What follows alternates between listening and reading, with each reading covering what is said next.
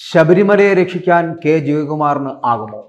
തിരുവിതാംകൂറിൻ്റെ നിയുക്ത president K Jayakumar. K Jayakumar chief secretary വരെ ആയിട്ടുള്ള ആളാണ്. അദ്ദേഹത്തെക്കുറിച്ച് കേരളത്തിലെ സമൂഹത്തിന് വലിയ പ്രതീക്ഷയുമാണ്. അതുകൊണ്ട് തന്നെയാണ് ഇപ്പോൾ ഈ മുരാരി ബാബുമാരുടെ കൊള്ളസങ്കേതമായി ശബരിമല മാറിയപ്പോൾ അവിടെ അതിനെ രക്ഷപ്പെടുത്തിയെടുക്കുവാൻ ഏറ്റവും വിശ്വസ്തരായിട്ടുള്ള ആൾക്കാരെ മുഖ്യമന്ത്രിക്ക് തപ്പിയെടുക്കേണ്ടി വന്നത്. അങ്ങനെയാണ് കെ ജയകുമാറിലേക്ക് എത്തപ്പെടുന്നത്. തിരുവിതാംകൂർ ദേവസ്വം ബോർഡിൽ എന്ന് പറയപ്പെടുമ്പോൾ നടക്കുന്നത് വല്ലാത്ത കള്ളക്കളികളാണ് എന്നുള്ള കാര്യത്തിൽ സംശയമില്ലല്ലോ. ശബരിമല കൊള്ളയിലെ ചില രേഖകൾ പ്രത്യേക അന്വേഷണ സംഘത്തിന് പിടിച്ചെടുക്കേണ്ട അവസ്ഥ പോലും ഉണ്ടായത് അതുകൊണ്ട് തന്നെയാണ് എന്നുള്ള കാര്യത്തിലും സംശയമില്ല. ഇവിടെ ദേവസ്വം ബോർഡിൻ്റെ നിയുക്ത പ്രസിഡന്റായിട്ട് കെ ജയകുമാർ IAS എത്തുന്നത് ഈ ഒരു സാഹചര്യത്തിലാണ് എന്നുള്ളതാണ്. മുൻ ചീഫ് സെക്രട്ടറി കൂടിയായിട്ടുള്ള കെ ജയകുമാർ ഇവരുടെ ഒരു ഉഡായിപ്പിനും വഴങ്ങില്ല എന്നുള്ള കാര്യം ദേവസ്വം ബോർഡിലെ മുരാരി ബാബുമാർക്ക് വളരെ കൃത്യമായിട്ട് അറിയാവുന്നതുമാണ്. അപ്പോൾ ഈ സാഹചര്യത്തിൽ സംഘടിത ശക്തി ഉപയോഗിച്ച് ജയകുമാറിനെ നേരിടാനുള്ള തീരുമാനത്തിലേക്ക് അവർ എത്തിച്ചേർന്നിരിക്കുക. അതായത് ശബരിമലയിലെ കൊള്ളക്കാരുടെ അവസ്ഥയാണ് ഞാനീ പറയുന്നത്. ഒരു മാഫിയാണ് ശബരിമല ഭരിച്ചുകൊണ്ടിരിക്കുന്നത്. അപ്പോൾ സർക്കാരിനെ പോലും വെട്ടിലാക്കുന്ന ദേവസ്വം ഫയലുകൾ ഹൈക്കോടതിക്ക് മുന്നിൽ എത്തുമോ എന്നുള്ള ആശങ്കയിലാണ് ഈ പറയുന്ന മുരാരി ബാബുമാർ എന്ന് പറയപ്പെടുന്ന കൊള്ളക്കാരന്മാർ. അതിനിടെയാണ് ദേവസ്വം ബോർഡിലെ എങ്ങനെയായിരിക്കണം ഇവിടുത്തെ പ്രവർത്തന പദ്ധതികൾ, എങ്ങനെയായിരിക്കണം ഇനി ശബരിമലയെ രക്ഷിച്ചെടുക്കേണ്ടത് എന്നുള്ള പദ്ധതികൾ തയ്യാറാക്കിയാണ് കെ ജയകുമാർ ശബരിമലയിലേക്ക് എത്തുന്നത്.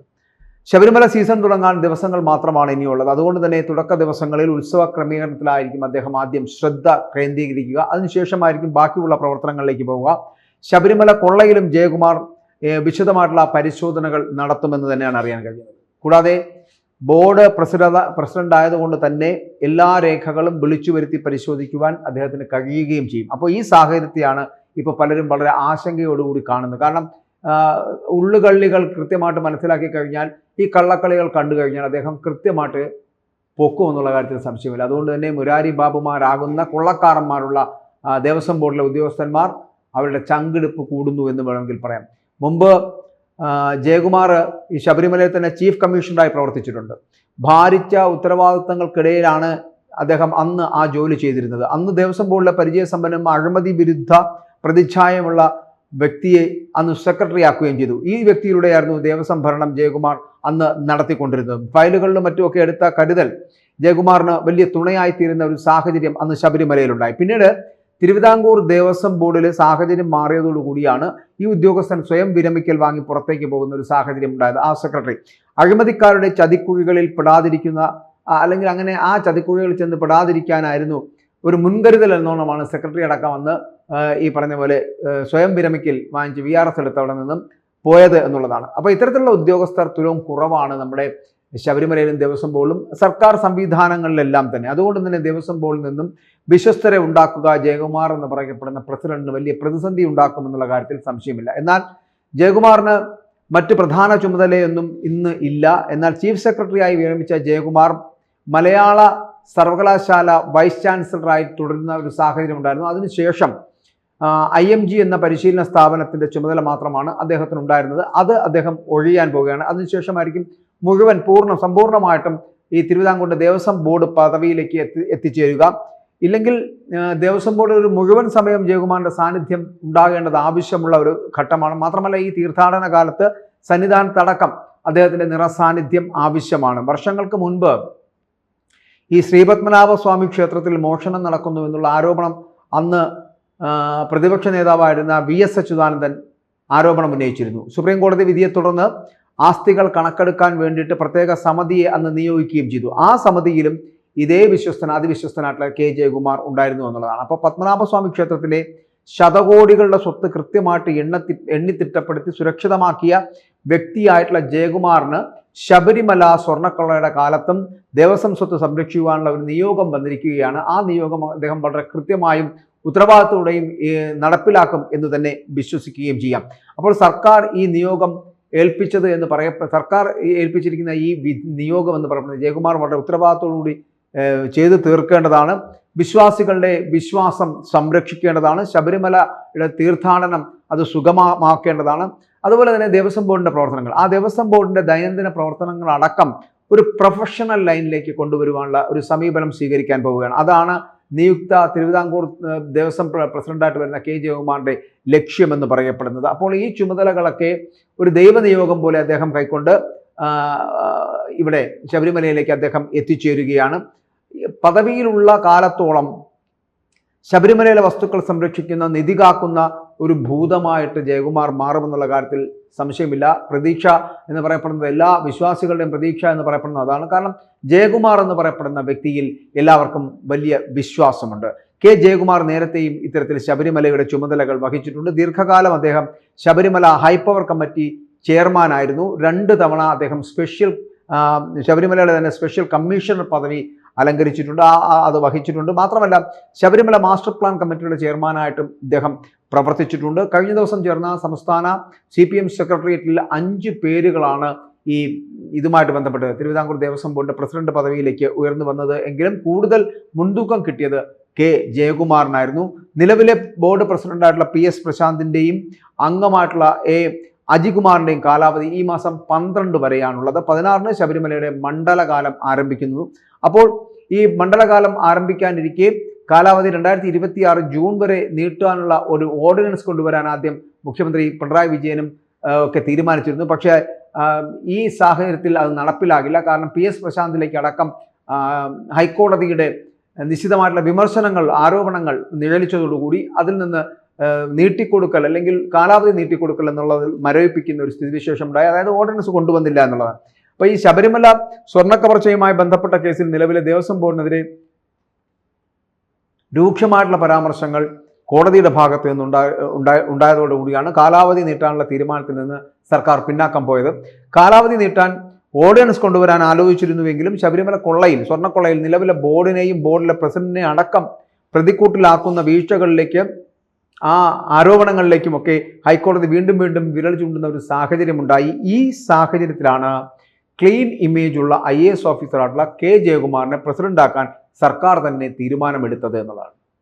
ഇല്ലെങ്കിൽ പെട്ടുപോകുമെന്ന് സർക്കാരിന് തന്നെ കൃത്യമായിട്ട് മനസ്സിലായ സാഹചര്യത്തിലാണ് കെ ജയകുമാർ എന്ന് പറയപ്പെടുന്ന അഴിമതിരഹിതനായിട്ടുള്ള ഒരാളിലേക്ക് എത്തപ്പെടുന്നത്. അതും മുൻ ചീഫ് സെക്രട്ടറി കൂടിയായിട്ടുള്ള അദ്ദേഹം. നിലവിൽ വിവാദങ്ങൾ നിറഞ്ഞ ബോർഡിൽ പ്രതിച്ഛായ മെച്ചപ്പെടുത്തുക എന്ന ലക്ഷ്യത്തോടു കൂടി തന്നെയാണ് ജയകുമാറിന്റെ നിയമനം എന്ന് പറയപ്പെടുന്നത്. മുൻ ചീഫ് സെക്രട്ടറിയുടെ നിയമനം ശബരിമല വിഷയത്തിലടക്കം പ്രതിരോധത്തിലായിട്ടുള്ള സർക്കാരിന് ആശ്വാസമായി മാറും എന്ന് തന്നെ കരുതാം.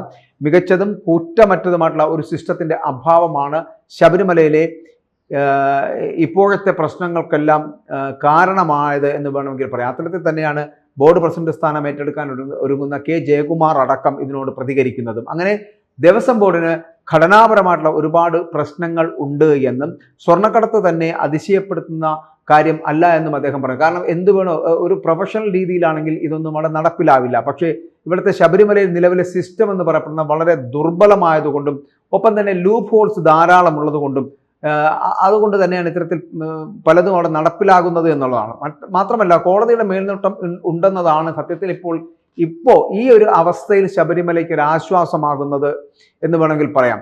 കാരണം ഇവിടെ ഈ ബോർഡ് നടത്തിക്കൊണ്ടു പോകുന്നവരുടെ ഒരു പ്രൊഫഷണലിസവും അതൊരു ഘടകമാണ് എന്നുള്ളത്. ആ ഒരു പ്രൊഫഷണൽ വേയിലേക്ക് ഈ സംവിധാനത്തിനെ, ഈ സിസ്റ്റത്തിനെ കൊണ്ടുവന്നാൽ കുറച്ചുകൂടി കൃത്യമായ ഉത്തരവാദിത്തോടു കൂടി ഇതിനെ കൊണ്ടുവരാം. കാരണം സാങ്കേതിക വിദ്യ കൂടി ഇതിനകത്ത് മെച്ചപ്പെടുത്തിയെടുത്താൽ മതി. സാങ്കേതിക വിദ്യ കൂടുതൽ നടപ്പിലാക്കിയാൽ നിരവധി പ്രശ്നങ്ങൾ നമുക്ക് ഇതിൽ കുറയ്ക്കാൻ കഴിയും. മാത്രമല്ല ഈ സ്പോൺസർഷിപ്പ് എന്ന് പറയപ്പെടുന്ന നല്ലൊരു കാര്യമാണ്. പക്ഷേ എന്നാൽ സ്പോൺസർമാരുമായിട്ടുള്ള ഡീലിങ്സ് എന്ന് പറയപ്പെടുന്ന സംവിധാനം ശബരിമലയിൽ ശരിയല്ല, അത്തരത്തിലുണ്ടാകരുത്. അതുകൊണ്ടാണ് ഇടനിലക്കാർ എന്നുള്ളൊരു സംവിധാനം ഇതിനകത്ത് വരുന്നത്. ഇടനിലക്കാർ വരുമ്പോഴാണ് അതിനകത്തേക്ക് കമ്മീഷൻ വ്യവസ്ഥ വരുന്നത്, പണം തട്ടിയെടുക്കൽ വരുന്നത്. അതുകൊണ്ടാണ് കൊള്ള നടക്കുന്നത്. അതുകൊണ്ട് ശബരിമലയിൽ നിലവിലെ സിസ്റ്റം ഇടനിലക്കാരെ പ്രോത്സാഹിപ്പിക്കുന്ന ഒരു സംവിധാനമാണ്. അതുകൊണ്ട് നിഷ്പക്ഷവും കുറ്റമറ്റതുമായിട്ടുള്ള ഒരു സിസ്റ്റം വന്നാൽ ശബരിമല പ്രശ്നങ്ങളില്ലാതെ മുന്നോട്ട് കൊണ്ടുപോകാനാകുമെന്നുള്ള പ്രതീക്ഷയിൽ തന്നെയാണ് കെ ജയകുമാർ ശബരിമലയിലേക്ക് എത്തുന്നത്. പക്ഷേ ഈ ദേവസ്വം ബോർഡിന്റെ ഭരണം കൂടുതൽ ആധുനികവൽക്കരിക്കപ്പെടേണ്ടതുണ്ട്. അതിനൊക്കെ മാത്രമല്ല ഇതിൻ്റെ ആചാരവുമായിട്ട് ബന്ധപ്പെട്ടതായതുകൊണ്ട് തന്നെ സർക്കാർ ഓഫീസിലെ പോലെ ശബരിമലയെ നടത്തിക്കൊണ്ടുപോവുക എന്ന് പറയപ്പെടുന്ന ബുദ്ധിമുട്ടുള്ള ഒരു കാര്യമാണ്. ഭക്തരുമായിട്ട് സംവാദം നടത്തുക, വസ്തുനിഷ്ഠത, സുതാര്യത എന്നിവയൊക്കെ ഉണ്ടാകേണ്ടത് തീർച്ചയായിട്ടും ഈ ബോർഡിൻ്റെ ഭരണത്തെ അത് നവീകരിക്കേണ്ടതുണ്ട് എന്നുള്ളതുകൊണ്ടാണ്. അങ്ങനെ നവീകരണ പ്രക്രിയയിലൂടെ മാത്രമല്ല ഒരു പ്രൊഫഷണൽ വേയിലൂടെ മാത്രമേ ഏത് കാലത്തും ഇവിടെ ഈ ദേവസ്വം ബോർഡുകളെ അല്ലെങ്കിൽ ദേവസ്വം ബോർഡ് പോലുള്ള സംവിധാനങ്ങളെ സിസ്റ്റത്തിലേക്ക് കൊണ്ടുവരാൻ കഴിയൂ എന്നുള്ളതാണ്. അപ്പോൾ ബോർഡിൻ്റെ ഭരണം നവീകരിക്കേണ്ടതുണ്ട്. ഇപ്പോഴത്തെ ഈ പ്രതിസന്ധി ആധുനികവൽക്കരണത്തിനുള്ള ഒരു അവസരമായിട്ട് മാറ്റേണ്ടതുമുണ്ട്. അങ്ങനെ സിസ്റ്റങ്ങളെല്ലാം സുതാര്യമായിട്ടുള്ള രീതിയിൽ അഴിച്ചു പണിയാൻ പോകുന്നു. ഒരു സീസൺ കഴിഞ്ഞാൽ അടുത്ത സീസണിന് വേണ്ടിയുള്ള മുന്നൊരുക്കങ്ങൾ അപ്പോൾ തന്നെ തുടങ്ങേണ്ടിയിരിക്കുന്നു. അപ്പോൾ ഇതിനു വേണ്ടിയിട്ടുള്ള ഒരു ഫുൾ ടൈം സംവിധാനങ്ങൾ ശബരിമലയിൽ ഉണ്ടാകേണ്ടതുണ്ട്. അതായത് ബോർഡിൻ്റെ കീഴിലുള്ള മൊത്തം ക്ഷേത്രങ്ങളിൽ ഒന്ന് എന്ന നിലയിൽ ശബരിമലയെ കാണരുത്. അങ്ങനെ കണ്ടാൽ ഒരിക്കലും ഇവിടുത്തെ പ്രശ്നങ്ങൾ ഒരിക്കലും അവസാനിക്കില്ല എന്നുള്ളതാണ്. അതുകൊണ്ട് ഭക്തരുടെ കാശുകൊണ്ട് ബോർഡ് നടത്തിക്കൊണ്ടുപോകുന്നത് എന്നുള്ള ഒരു ധാരണ എല്ലാവർക്കും ഉണ്ടാകേണ്ടതാണ് എന്നുകൂടിയുള്ള സൂചനകൾ നൽകുകയാണ്. മാത്രമല്ല ഇവിടെ ഭക്തരുടെ വിശ്വാസത്തെ കാത്തു സൂക്ഷിക്കേണ്ടതാണ്. അല്ലാതെ ഭക്തന്മാരുടെ പണം മാത്രം മതി, അവരുടെ വിശ്വാസത്തെ സംരക്ഷിക്കാതിരിക്കാം എന്നുള്ള ചിന്തയുണ്ടെങ്കിൽ, അതിലെന്തെങ്കിലും രാഷ്ട്രീയം കലർത്തിയിട്ടുണ്ടെങ്കിൽ ആ രാഷ്ട്രീയം ഒരിക്കലും ഈ ശബരിമല എന്ന് പറയപ്പെടുന്ന ഒരു അമ്പലത്തിൽ അല്ലെങ്കിൽ ആ ക്ഷേത്രത്തിൽ ചേർന്നതല്ല. മാത്രമല്ല ഈ ഒരു ദേവസ്വം ബോർഡ് എന്ന് പറയപ്പെടുന്നത് ക്ഷേത്രങ്ങളുമായി ബന്ധപ്പെട്ട് വരുന്ന ആചാര അനുഷ്ഠാനങ്ങൾ സംരക്ഷിക്കപ്പെടുന്നതിന് വേണ്ടിയിട്ടുള്ളതാണ്.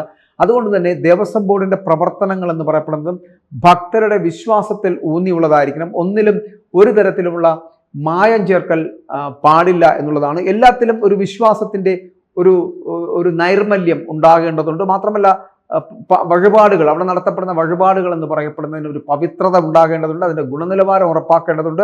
മാത്രമല്ല നമ്മൾ ചെയ്യുന്ന കാര്യങ്ങൾ വളരെ കൃത്യതയോടുകൂടി നടപ്പിലാക്കുവാൻ നമുക്ക് കഴിയേണ്ടതുണ്ട്. ഭക്തരുടെ മനസ്സ് അത് മനസ്സിലാക്കി അവരുടെ വിശ്വാസത്തെ സംരക്ഷിക്കപ്പെടുന്ന തരത്തിലേക്ക് ഒരു സ്ഥിതിവിശേഷം ഉണ്ടാക്കിയെടുത്താൽ മാത്രമേ ഇവിടെ ശബരിമലയെ രക്ഷിച്ചെടുക്കാൻ കഴിയൂ. ഇല്ല എന്നുണ്ടെങ്കിൽ കെ ജയകുമാർ എന്ന് പറയപ്പെടുന്നത് അതിവിശ്വസ്തനും ഒപ്പം തന്നെ അഴിമതി രഹിതനുമാണ്. കളങ്കരഹിതനായ അദ്ദേഹത്തിന് ശബരിമലയെ രക്ഷിച്ചെടുക്കാൻ കഴിയും. പക്ഷേ മുരാരി ബാബുമാർ അടക്കമുള്ള കൊള്ളക്കാരുടെ ഒരു സങ്കേതമായി തീർന്നിരിക്കുന്ന ശബരിമലയിൽ എങ്ങനെയായിരിക്കും അതിനെയൊക്കെ അതിജീവിച്ച് അദ്ദേഹത്തിന് മുന്നോട്ട് പോകാൻ കഴിയുക എന്നൊരു വലിയ ചോദ്യമുണ്ട്.